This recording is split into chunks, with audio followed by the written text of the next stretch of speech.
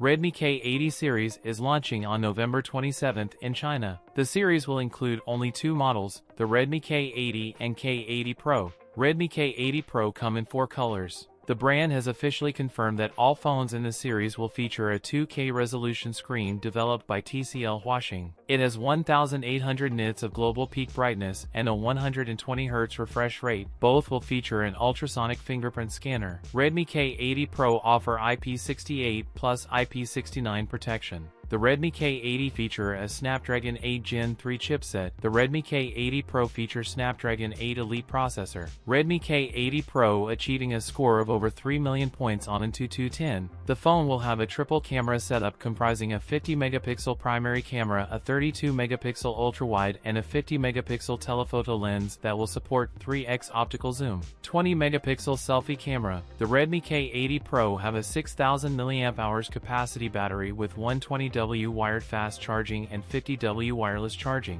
The Redmi K80 and K80 Pro, which could be rebranded as the Poco F7 and F7 Pro in markets outside of China in 2025. That's it for today's video. If you enjoyed it, don't forget to like, comment, and subscribe for more content. Thanks for watching, and I'll see you in the next one.